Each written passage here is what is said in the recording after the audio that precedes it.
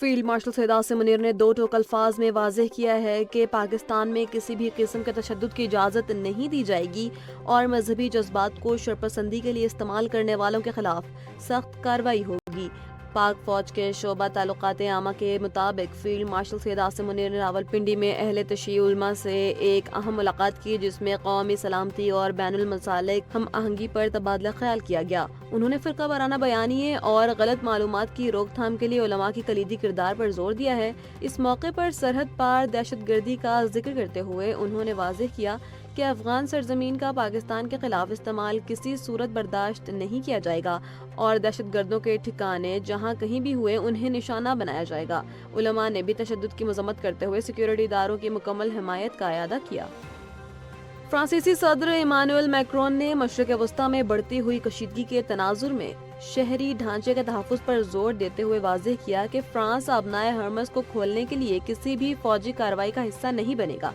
सदर मैक्रोन ने अमरीकी सदर डोनाल्ड ट्रंप और अमीर कतर से अहम टेलीफोनिक गुफ्तगू की है, जिसमें ईरान और कतर में गैस की तंसीबात पर होने वाले हमलों पर तशवीश का इजहार किया गया।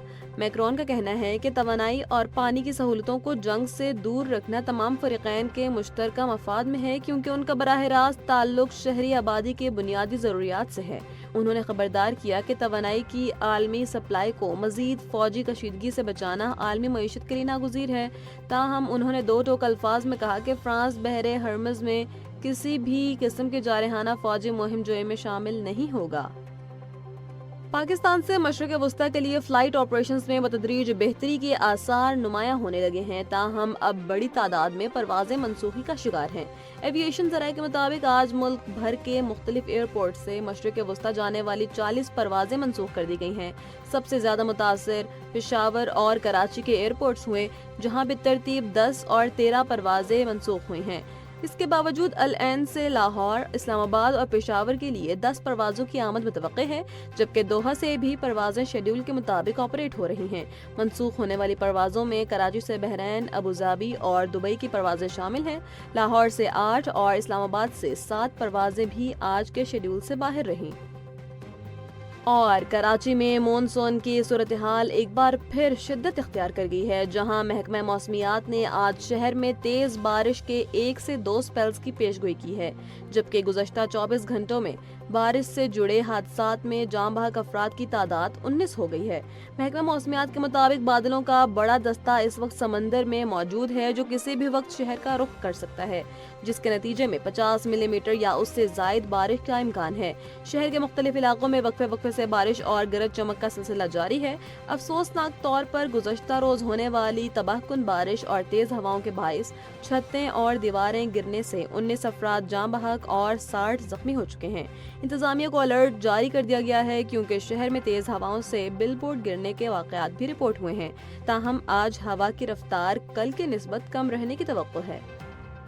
इसराइल के ईरान के सबसे बड़े गैस फील्ड पर हमले के बाद आलमी तेल मार्केट में शदीद हलचल पैदा हो गई है और कीमतें 5% से जायद बढ़ गईं, जिससे आलमी तवानाई बहरान का खदशा मजीद बढ़ गया। ब्रेंट क्रूड $108.66 फी बैरल, जबकि अमरीकी वेस्ट टेक्सास इंटरमीडिएट $98.65 तक पहुँच गया।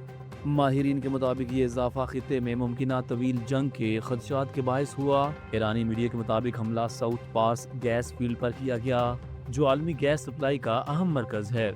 इस वाक़े के बाद ईरानी इनकलाब गार्ड ने कतर, सऊदी अरब और UAE की तंसीबात को निशाना बनाने की धमकी दी, जबकि कतर की रास लेफन गैस फैसिलिटी में मिसाइल हमले के बाद आग लगने की इतलात भी सामने आई। अमरीका, इसराइल और ईरान के दरमियान बढ़ती कशीदगी के बायस मशरिकी वस्ता से तेल और गैस की तरसील मुतासिर और कई मुकामात पर पैदावार भी मुअत्तल हो गई। ईरान 20 रोज से जारी जंग में भारी जानी नुकसान के बावजूद इसराइल को मुसलसल निशाना बना रहा है और हालिया हमलों में बेन कोरियन एयरपोर्ट को मिसाइलों से निशाना बनाया गया, जिससे माली नुकसान हुआ। इसराइल के मुताबिक मिसाइल फिजा में तबाह कर दिए गए, ताहम उनके मलबे से हैंगर्स में खड़े तैयारों को नुकसान पहुंचा और एक तैयारे में आग भी लग गई, जिससे फौरी तौर पर बुझा दिया गया। हुकाम ने 3 तैयारों को शदीद नुकसान की तस्दीक की है, जबकि कोई जानी नुकसान नहीं हुआ। दूसरी जानिब ईरान के हमलों से इसराइल के मुख्तलिफ इलाकों में घरों और गाड़ियों को भी शदीद नुकसान पहुंचा है और दर्जनों इमलाक तबाह हुई। ان حملوں میں شدت اسرائیل کی جانب سے گیس فیلڈ پر بمباری کے بعد آئی، جبکہ ایرانی قیادت نے بدلہ لینے کا اعلان بھی کیا ہے۔